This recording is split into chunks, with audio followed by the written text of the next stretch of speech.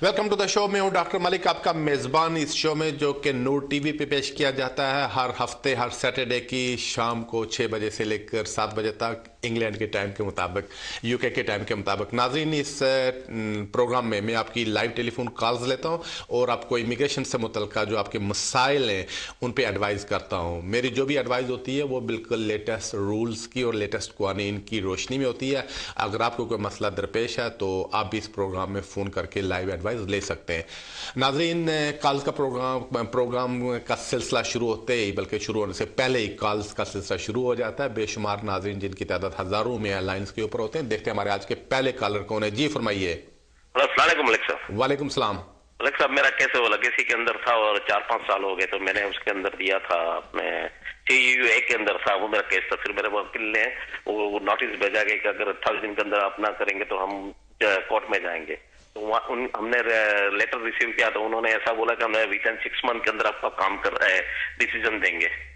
तो मैं आपसे ये पूछना चाहता हूँ कि मेरे बच्चे को भी 8 साल हो गए, तो क्या ये मेरे हक में फैसला होगा या मुझे क्या करना पड़ेगा?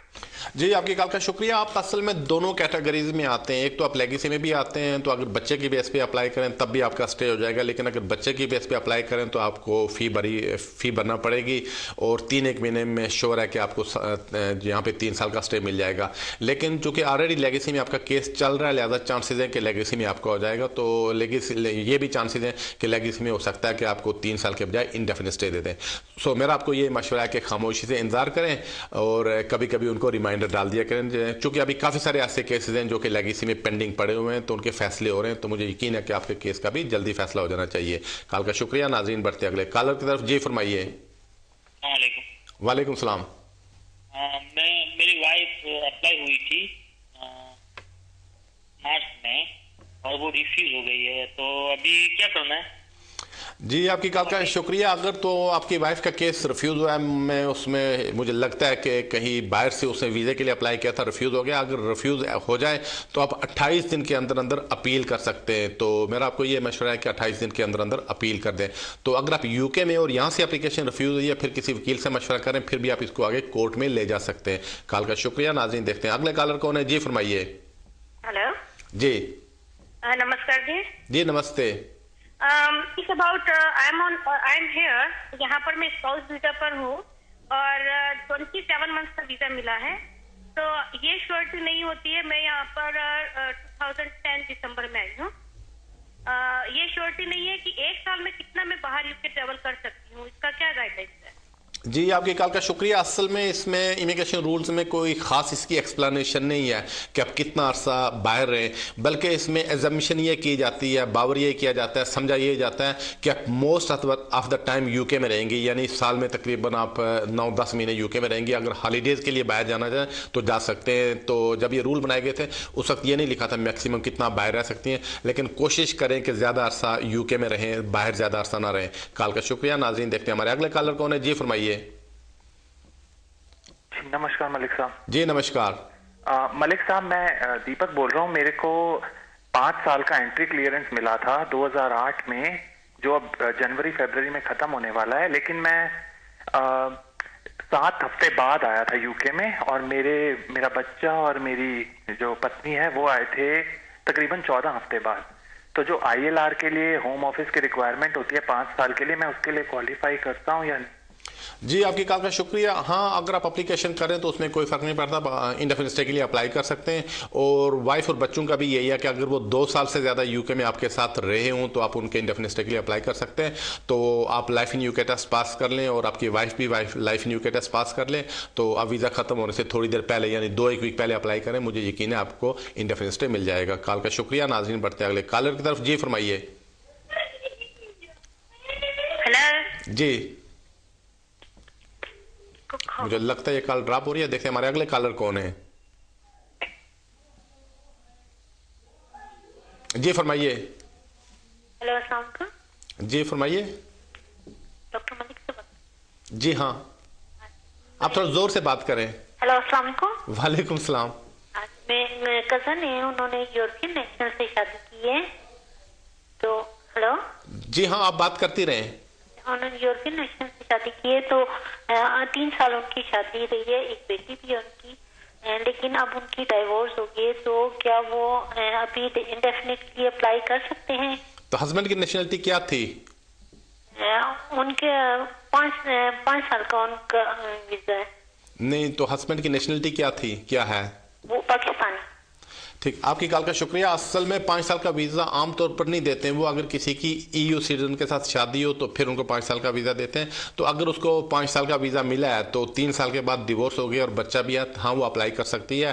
तो ज़्यादा बेहतर है किसी वकील से मशवरा करके उसकी एप्लीकेशन कर दें। कॉल का शुक्रिया। नाज़रीन बढ़ते हैं अगले कॉलर की तरफ। जी फरमाइए। जी अस्सलाम वालेकुम। वालेकुम सलाम। जी मुझे पूछना था कि मैंने इंग्लिश टेस्ट दिया था, उसका रिजल्ट आज आया है, तो मुझे ब्रिटिश पासपोर्ट अप्लाई करने के लिए नेक्स्ट स्टेप क्या होगा और क्या डॉक्यूमेंट्स चाहिए होंगे?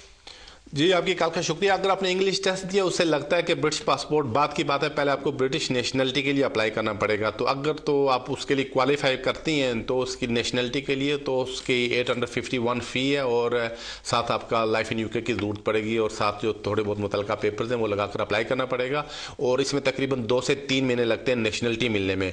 तो जब आपको नेशनलिटी मिल जाए तो फिर सेकेंड स्टेज होगा कि आप ब्रिटिश पासपोर्ट के लिए अप्लाई कर सकेंगे। कॉल का शुक्रिया। नाज़रीन देखते हैं अगले कॉलर कौन है। जी फरमाइए। अस्सलाम वालेकुम। वालेकुम सलाम। मैं बर्मिंघम से बात कर रही हूँ और मैंने ये पूछना था कि मैंने एक्सटेंशन के लिए अप्लाई किया हुआ है, तो मेरे ख्याल में फरवरी में किया था, तो अभी तक उसका कोई पता नहीं आया।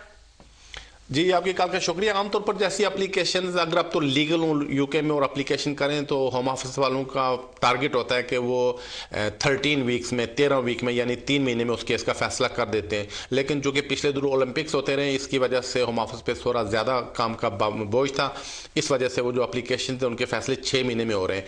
तो अगर आपने फरवरी में एप्लीकेशन की थी, मुझे यकीन है कि अगले महीने के आखिर तक आपके केस का फैसला हो जाना चाहिए। कॉल का शुक्रिया। नाज़रीन देखते हैं अगले कॉलर कौन है। जी फरमाइए। जी मुझे लगता है ये कॉल ड्रॉप हो गया। देखते हैं हमारे अगले कॉलर कौन है। जी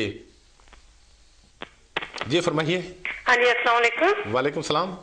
हाँ जी, ये मैंने आपसे पूछना था कि मैं अपनी अम्मी को पाकिस्तान से बुलवाना चाहती हूँ। अच्छा। और उनकी उम्र है जैसे 70 है, तो उनका कोई अकाउंट कुछ नहीं है बैंक में, तो क्या इसका है कोई हल बता दें मुझे। जैसे ना उनका वीजा, जैसे विजिट पे बुलाना चाहती हूँ ना, तो अकाउंट वगैरह जरूरी होना चाहिए ये नहीं? जी आपकी कॉल का शुक्रिया। उसमें 2 सिचुएशंस हैं। पहली बात यह कि अगर आप उनको हॉलीडेज पे बुलाना चाहती हैं, सिर्फ यहाँ आए और मिलकर वापस चले जाएं, तो फिर विजिट वीज़ा अप्लाई करना पड़ेगा। उसका तरीका है किसी वकील के पास चले जाएं, वो आपको एक स्पॉन्सरशिप लेटर बना देंगे, उसके साथ अपनी बैंक स्टेटमेंट और मकान का प्रूफ वगैरह लगाकर मम्मी को भेज दें, वहाँ से एप्लीकेशन करेंगे, उनको 6 महीने का वीज़ा मिल जाएगा। दूसरा तरीका है कि अगर आप उनको परमानेंट बुलाना चाहती हैं तो उसके लिए शर्त यह है कि उनकी लुक आफ्टर करने वाला वहाँ कोई ना हो, यानी आपका कोई बहन भाई उधर ना हो और वो आपके ऊपर फाइनेंशियली डिपेंड कर रही हैं। अगर ये सिचुएशन है तो फिर आप उनको सेटलमेंट वीज़े के लिए बुला सकती हैं। कॉल का शुक्रिया। नाज़रीन देखते हैं अगले कॉलर कौन है। जी फरमाइए। हेलो अस्सलाम वालेकुम। वालेकुम सलाम।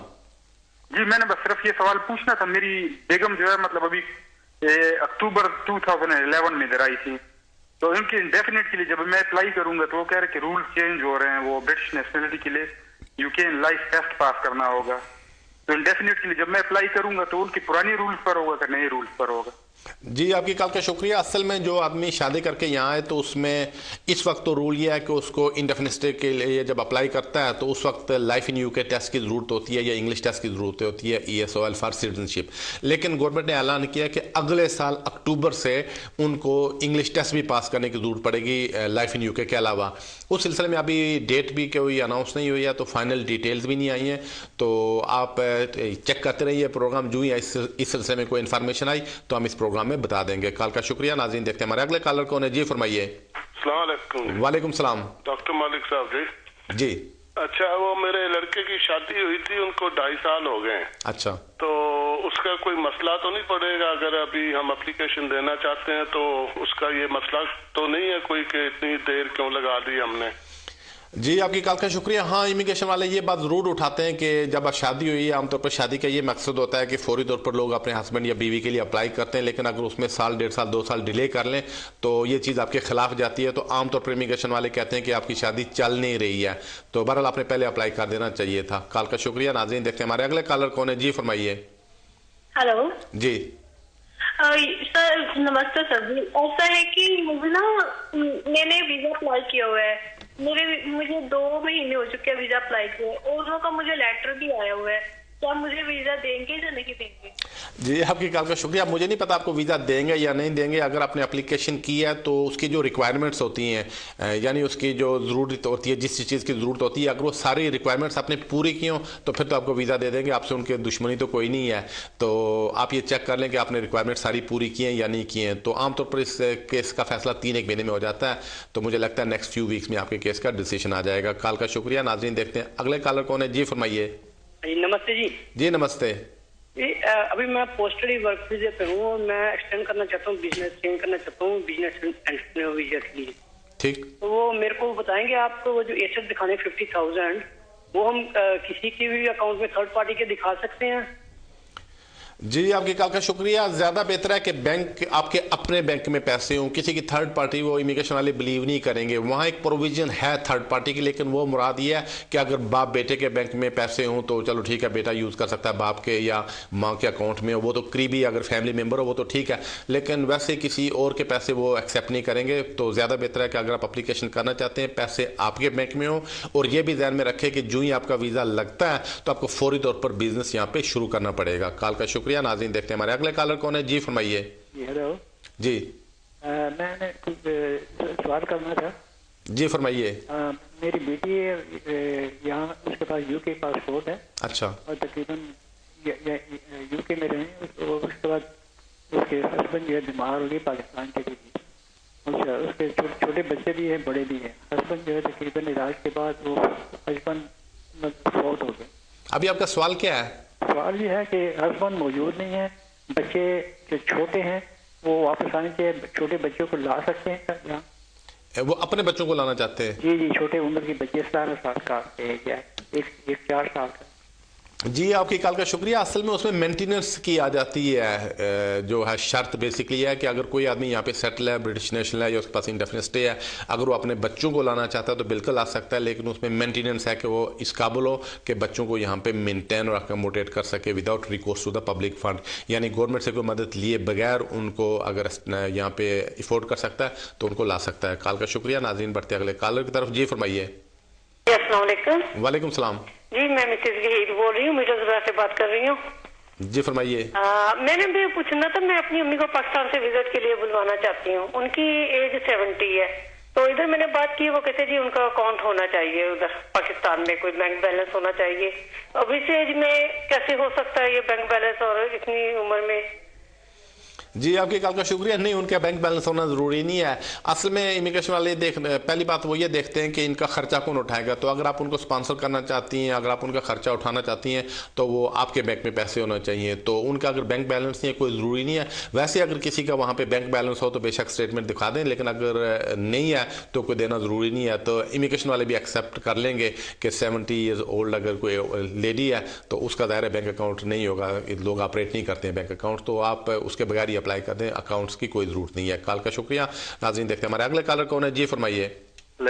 जी वालेकुम सलाम। सर, एक्चुअली मैंने ना अपना स्टूडेंट वीजे की एक्सटेंशन के लिए अप्लाई किया था पिछले साल अक्टूबर में, और मैंने बायोमेट्रिक भी दे दिए थे, और उसके बाद मुझे फर्दर अभी तक कोई उनका जवाब नहीं आया, और मैंने उनको 2 ईमेल्स भी भेज दिए हैं।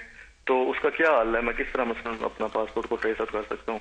जी, आपकी कॉल का शुक्रिया। असल में जब कोई स्टूडेंट एप्लीकेशन करता है तो होम ऑफिस के पास जाती है, तो होम ऑफिस वाले हैं जो कि कॉलेजेस को बंद करते हैं। तो अगर किसी कॉलेज के बारे में काफ़ी सारी कंप्लेंट्स हों तो होम ऑफिस वालों की नीयत हो कि जी हाँ इस कॉलेज को हमने बंद करना है, काफ़ी सारी कंप्लेंट्स हैं, तो ऐसी सूरत में वो स्टूडेंट्स की एप्लीकेशन को होल्ड कर लेते हैं कि जब तक कॉलेज की इन्वेस्टिगेशन कंप्लीट नहीं होती। तो मुझे लगता है आपका ऐसा ही कोई मसला है। तो बहरहाल फिर भी आप होम ऑफिस को फ़ोन कर सकते हैं या अपने वकील को कहें कि उनसे पता करें कि इसमें डिले क्यों हो रही है। कॉल का शुक्रिया। नाज़रीन, देखते हैं अगले कॉलर कौन है। जी फरमाइए।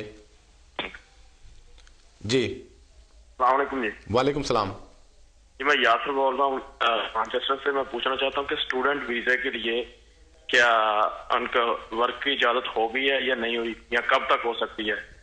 जी, स्टूडेंट पहले तो वर्क की परमिशन होती थी, लेकिन आस्ता आस्ता रूल्स सख्त हो गए। तो अभी पिछले साल अगस्त से उन्होंने सिर्फ उन स्टूडेंट्स को काम की परमिशन देते हैं जो कि यूनिवर्सिटी में या किसी पब्लिक फंडेड कॉलेज में, यानी गवर्नमेंट के किसी कॉलेज में पढ़ रहे हो या किसी यूनिवर्सिटी में पढ़ रहे हो। तो अगर कोई उनमें नहीं पढ़ता, किसी यूनिवर्सिटी में नहीं पढ़ता, किसी प्राइवेट छोटे मोटे कॉलेज में, इसमें फिर वो काम की परमिशन नहीं देते हैं। कॉल का शुक्रिया। नाज़रीन, देखते हैं हमारे अगले कॉलर कौन है। जी फरमाइए। हेलो जी, अस्सलाम वालेकुम जी। जी वालेकुम सलाम। मैं पूछना सका जी, मेरा ਲੈਗਸੀ ਕੇਸ 2 ਸਾਲ ਹੋ ਗਏ ਜਦੋਂ ਵੀਜ਼ਾ ਲੱਗ ਗਿਆ ਸੀਗਾ ਜੀ। ठीक है।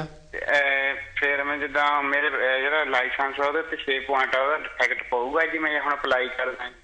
जी आपकी कॉल का शुक्रिया। अगर तो आपको कोर्ट की तरफ से फाइन हुआ है तो फिर तो आपकी एप्लीकेशन पे इफेक्ट करेगा, लेकिन अगर आपको वैसे पेनल्टी मिली है जो कि फिक्स पेनल्टी है, जैसे ओवर स्पेटिंग वगैरह की है, कोर्ट की तरफ से अगर नहीं मिले तो फिर आपकी एप्लीकेशन पे इफेक्ट नहीं होगा। लेकिन अगर कोर्ट ने आपको फाइन किया तो फिर इसका इफेक्ट होगा। कॉल का शुक्रिया। नाज़रीन, देखते हैं हमारे अगले कॉलर कौन है। जी फरमाइए। हेलो, अस्सलाम वालेकुम। वालेकुम सलाम। जी मैंने पूछना था कि मैंने ना अप्लाई किया था, ये सैलम किया हुआ था, लेकिन मेरा ना उन्होंने रिफ्यूज कर दिया सारी एप्लीकेशन ना। और मेरे वकील, मैंने फिर न्यू वकील किया तो उसने मुझे बोला कि आपको ना वो डिपोर्ट ना कर दे तो आप यहाँ इनका घर वगैरह छोड़ दें। तो वो फिर मैं और मेरा बेटा था, हमने छोड़ दिया। लेकिन अब हम लोगों ने ना दोबारा एप्लीकेशन न्यू डाली है। तो उन्होंने 1 माह के बाद ना मुझसे फिंगरप्रिंट्स और वो तस्वीरें वगैरह मांगी हैं। तो मैंने कहा कि कोई परेशानी की बात तो नहीं है। जी आपकी कॉल का शुक्रिया। अगर आपका केस रिफ्यूज हो जाता है या आपकी अपील ख़त्म हो जाती है, उसके बाद आप रिस्क के ऊपर ही रहती हैं। तो बहरहाल अपने वकील से मशवरा कर लें, तो मुझे लगता है आप रिस्क के ऊपर हैं। कॉल का शुक्रिया। नाज़रीन, देखते हैं हमारे अगले कॉलर कौन है। जी फरमाइए। जी अस्सलाम वालेकुम जी। वालेकुम सलाम। जी मैं अली बात कर रहा हूँ लंदन से। जी मैं आपसे मशवरा करना चाहता था। जी फरमाइए। जी मैंने ना, मेरी मिसेज आई थी पाकिस्तान से, तो हमारा यहाँ पे झगड़ा हो गया था। तो उन्होंने यहाँ पे असाइलम क्लेम कर लिया था। तो हेलो जी, अभी क्या प्रॉब्लम है?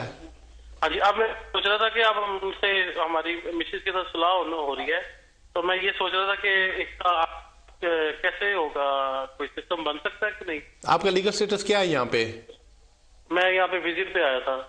जी आपकी कॉल का शुक्रिया। ज़्यादा बेहतर आप किसी वकील से मशवरा कर लें, चूँकि आपके केस में, ऐसे केसेस में जैसे आपका केस है, इसमें वो ये भी समझते हैं इमिग्रेशन वाले कि आप दोनों ने मिलकर कोई ड्रामा किया होगा। तो 99% चांसेस वो यही समझते हैं। तो बहरहाल ज़्यादा बेहतर है किसी वकील से मशवरा कर लें। कॉल का शुक्रिया। नाज़रीन, देखते हैं हमारे अगले कॉलर कौन है। जी फरमाइए। जी अस्सलाम वालेकुम। वालेकुम सलाम। जी डॉक्टर साहब, मेरे हस्बैंड बल्गेरियन है, लेकिन मैंने 10 माह से वीजे के लिए अप्लाई किया, लेकिन मुझे कोई जवाब नहीं आया अभी तक। जी आपकी कॉल का शुक्रिया। असल में काफ़ी सारे जो यूरोपियन से शादी करते हैं तो उसमें लंबा क्यू है, तो इसमें काफ़ी सारी देर लग जाती है। तो बहरहाल हम अफसरों को रिमाइंडर वगैरह डालती रहें। मुझे यकीन है कि बहुत जल्दी आपको कोई ना कोई कम से कम एक्नॉलेजमेंट मिल जाएगी। लंबा क्यू है, उसमें वो 6 महीने से ज़्यादा लेते हैं एक्नॉलेजमेंट भेजने में। कॉल का शुक्रिया। नाज़रीन, देखते हैं हमारा अगला कॉलर कौन है। जी फरमाइए। वालेकुम सलाम। जी मुझे ये पूछना था डॉक्टर साहब कि अगर बंदा स्टूडेंट वीजे पे हो और उसका वीजा खत्म होता आ रहा है, और वो अगर इंग्लिश का कोर्स ले जो 11 महीने का है, जो होता है स्टूडेंट विजिटर वीजा, वो यहाँ से यूके से अप्लाई कर सकता है या उसको वापस जाके मुल्क में अप्लाई करना पड़ेगा? जी आपकी कॉल का शुक्रिया। उसको वापस जाकर अप्लाई करना पड़ेगा। तो मुझे नहीं लगता कि एक आदमी जो ऑलरेडी स्टूडेंट वीज़े पे हो, ज़ाहिर है तो इतनी देर तक तो स्टूडेंट रहा, वो कहे कि मैंने इंग्लिश सीखनी है, इस बेस पे वीज़ा आगे नहीं करेंगे। कॉल का शुक्रिया। नाज़रीन, देखते हैं हमारे अगले कॉलर कौन है। जी फरमाइए। मलिक जी, मुझे एक पूछना है। मेरी एक फ्रेंड है इंडिया में। अच्छा। वो यहाँ पर आके सेटल होना चाहती है, और उसको ये तरीका, कोई स्पाउस नहीं चाहिए उसको, और ना ही उससे कोई विजिट वीजा या दूसरा चाहिए। एक बार आके जा चुकी है ऑलरेडी वो। तो वो उसका क्या, वो वहाँ पर उसका अपना बिजनेस है, वो किस उसमें यहाँ पर आकर सेटलमेंट कर सकती है अपना, और उसको कितने पैसे चाहिए इन्वेस्टमेंट करने के लिए मिनिमम टू गेट सिटीजनशिप है? जी आपकी कॉल का शुक्रिया। अगर उसके पास 2 लाख पाउंड हैं या उसके इक्वल इंडियन रुपीज़ हैं और उसने इंग्लिश टेस्ट पास किया है, जिसको आइल्स कहते हैं 7.5 बैंड में, तो वो यूके में बिजनेस वीज़े के लिए अप्लाई कर सकती है। कॉल का शुक्रिया। नाज़रीन, देखते हैं हमारे अगले कॉलर कौन है। जी फरमाइए। हेलो अस्सलाम वालेकुम। वालेकुम सलाम। जी मैं नाटी गांव से बोल रही हूँ, मैं अपना नाम नहीं बताना चाहती। जी मेरी सिस्टर पाकिस्तान से आई है। ठीक है। तो उन्होंने टेस्ट बुक किया था, टेस्ट वो दे के आई है पाकिस्तान में। अच्छा। तो वो लाइफ यूके टेस्ट यहाँ, उसका जब स्टे होगी वो उसका चल जाएगा स्टे वाला फार्म। तो किस चीज़ के लिए? वो आई हुई है ना परमानेंट वीजे पे, वो शादीशुदा होके आई है ना। जी, आपके कॉल का शुक्रिया। नहीं, उन्होंने life in UK test pass नहीं किया होगा, चूंकि यूके में आने के लिए एक शर्त है कि वहाँ से एक बेसिक इंग्लिश टेस्ट पास करना पड़ता है, लेकिन जब वो 2 साल के बाद इंडेफिनिट स्टे के लिए अप्लाई करेंगी तो उस वक्त उनको लाइफ इन यूके टेस्ट है उसकी ज़रूरत पड़ेगी। और ये भी ध्यान में रखें, अगर उनके 2 साल अगले साल 2013 अक्टूबर के बाद पूरे होते हैं तो उनको एक और इंग्लिश टेस्ट यहाँ से पास करना पड़ेगा। कॉल का शुक्रिया। नाज़रीन, देखते हैं हमारे अगला कॉलर कौन है। जी फरमाइए। हेलो जी, नमस्कार। जी नमस्कार। ये आपसे बात करना चाहता हूँ कि हमने अपने बेटे को राहबरी पाई थी तो उसका 10 साल से बैन 10 साल का बैन लगा दिया है, तो उसको उसमें दोबारा अप्लाई करना चाहिए कि नहीं चाहिए? जी, आपकी कॉल का शुक्रिया। अगर तो कोई आदमी इमिग्रेशन वालों के साथ कोई धोखा करे, डिसेप्शन करे, ऐसे कोई काम करे तो उसमें फिर उन्हें रूल रखा है कि ना सिर्फ उसकी एप्लीकेशन रिफ्यूज़ कर देते हैं बल्कि 10 ईयर्स के लिए बैन भी लगा देते हैं। तो इस बैन के खिलाफ काफ़ी सारे केसेस कोर्ट में गए। सिर्फ एक केस है जो हमारा ही हमने विन किया था, तो बाकी ऐसे कोई एग्जाम्पल नहीं है जो कोर्ट ऑफ अपील का एक ही केस मिलता है। तो बहरहाल ये डिपेंड है कि किन सर्कमस्टांसेस में डिसेप्शन हुआ था, कैसे हुआ था, वो इन्वॉल्व उसमें था यानी उसकी इन्वॉल्वमेंट कितनी थी। तो ज़्यादा बेहतर है किसी वकील से मशवरा कर लें एप्लीकेशन करने से पहले। कॉल का शुक्रिया। नाज़रीन, बढ़ते हैं अगले कॉलर की तरफ। जी फरमाइए। अस्सलाम वालेकुम जी। वालेकुम सलाम। जी फरमाइए। अस्सलाम वालेकुम, मलिक साहब हो रहे हैं? जी फरमाइए। मलिक साहब, मैंने ये पूछना था, मेरे एक दोस्त हैं, उनकी चीज यहाँ पर आई है लंदन में। अच्छा। तो उन्होंने असाइलम क्लेम किया था, उनको ना मिल गया वो 3 साल का जो स्टे होता है। अच्छा। तो उनके हस्बैंड जो है ना वो विजिट पे आए थे, आके फिर वो आए हैं, तो उनके लिए कोई है ऑप्शन? जी, आपकी कॉल का शुक्रिया। असल में इस सिलसिले में किसी वकील से मशवरा कर लें तो वो आपके सारे डॉक्यूमेंट देखकर आपको एडवाइस करेगा, चूंकि इसमें वो उनकी स्टेटमेंट ज़रूर देखेंगे कि वो किस बुनियाद पे उनको असाइलम क्लेम किया था, क्या उन्होंने बयान दिया था, कहीं हस्बैंड को इन्वॉल्व तो नहीं किया था। तो ये सारी चीज़ें देखने के बाद ही कोई वकील आपको एडवाइस कर सकेगा। तो ज़्यादा बेहतर है किसी वकील से मशवरा कर लें। नाज़रीन, इसके साथ ही टाइम हुआ एक छोटी सी कमर्शियल ब्रेक का। आप टीवी देखते रहिएगा। ब्रेक चंद मिनट बाद ब्रेक के उस पर आपसे फिर मुलाकात होती है।